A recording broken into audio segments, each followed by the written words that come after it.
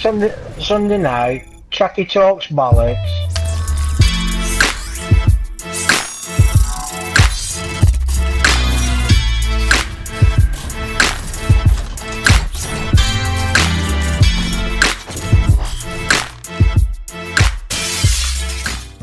Hi girls and guys, it's Mr. Tracky and we're on the right track.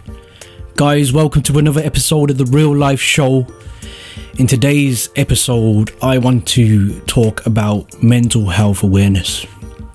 Now, this has been very prevalent this week for me, as it's been a campaign that's been at my workplace, a charitable event where people were dressing up in pyjamas and you donate some money towards the charity.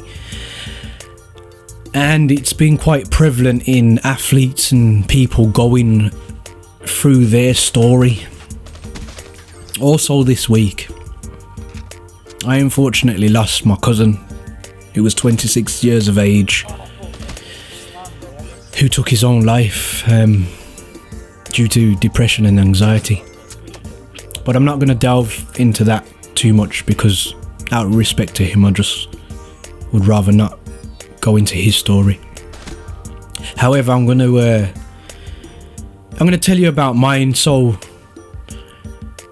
feel free to click away now if this is not your sort of thing. I know a lot of people can't manage to listen to this, which is fine, I understand, but this could help you save somebody's life, so I'd appreciate anyone that's tuning to this far to continue watching. Now, I've mentioned in previous real life shows quite a bit about myself, so for those who have been following me for a while, you'll understand a lot of this, what I'm about to speak about. For those that haven't, I'll give you a quick refresh if you're new. I've been stabbed in the past. Them events led to me moving to London. I'm from Birmingham. I was basically torn away from my family for my own safety. Lived at my cousin's for a while. I was sleeping on the floor, and I managed to get into an independent living centre, aka a hostel, and that will pretty much bring you up to speed. I do share quite a funny story of my neighbour putting the cat litter in the communal toilet that we had, and I ended up having to take a shit. But that was done to lead up to this particular story. So here we go. So we're in London. MrTrakky's in London, and I'm in my hostel, and I'm actually going through some of the hardest times I've ever had to go through, bearing in mind that I'm 18 going on 19 years of age now. So it's all new to me. I've never lived on my own before, so I didn't know what it was going to feel like. I was having financial troubles as I didn't have a job, and I'd never really dealt with money as such, and I started to sign on. That would be welfare in America, and we call it job seekers allowance because they give you money to help you look for a job, but to survive while you're looking for one. And I was looking hard for a job. I was very ambitious in what I wanted to do, but I kept getting that same letter. Unfortunately, Mr. Tracky, on this occasion you was unsuccessful, which was soul crushing. With each letter, it just hurt that little more because I couldn't get out of the situation that I was in. And one week, I've mentioned it before, I believe, I only had a bottle of milk, a loaf of bread, and a tub of Philadelphia to last me for 6 days, so I practically went hungry all week.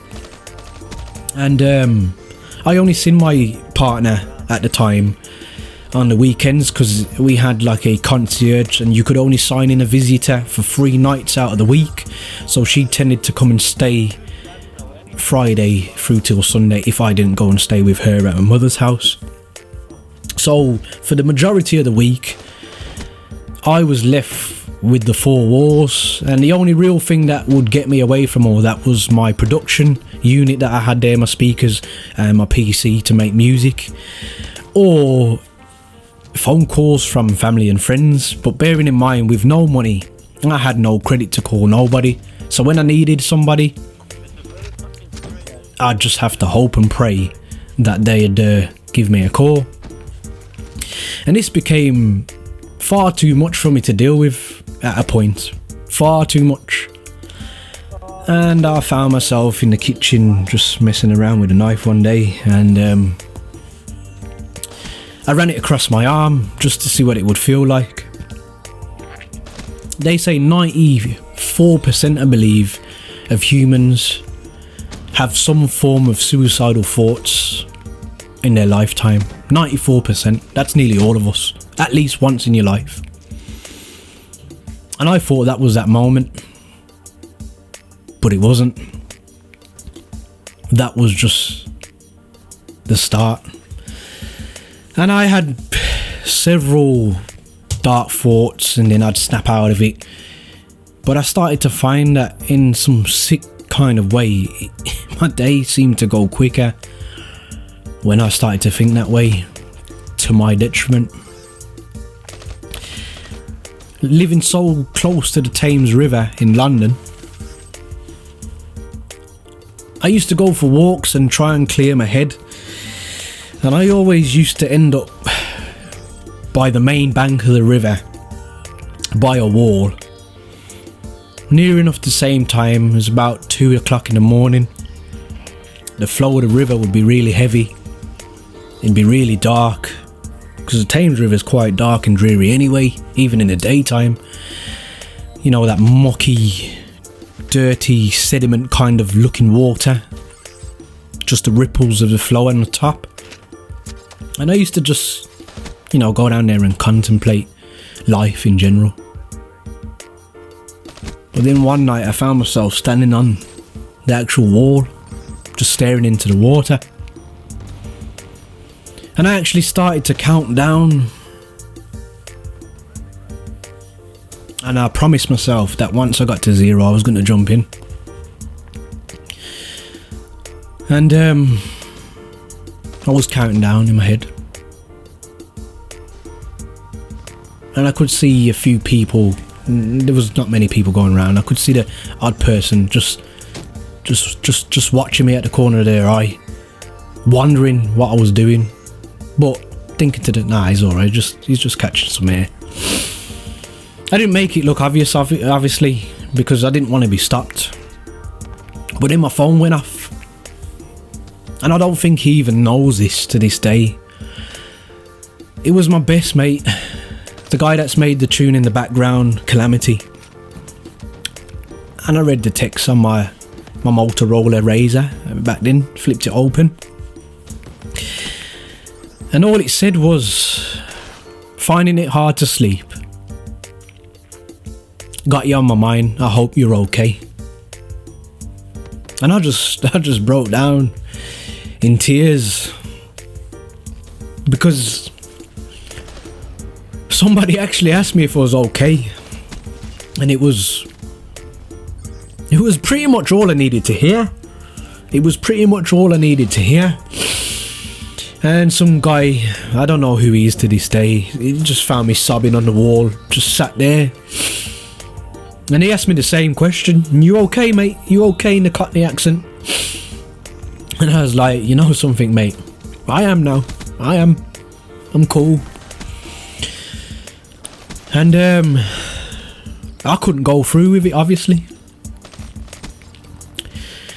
And all I'm trying to put across to you guys in this video here is, if you've ever felt that way, believe me, there's somebody that gives a fuck, even if they're a complete stranger.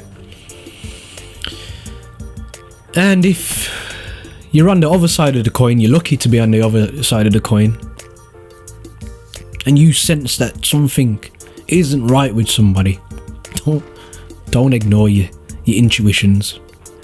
Ask them, are you okay? because you may very well save their fucking life. Believe me on that one.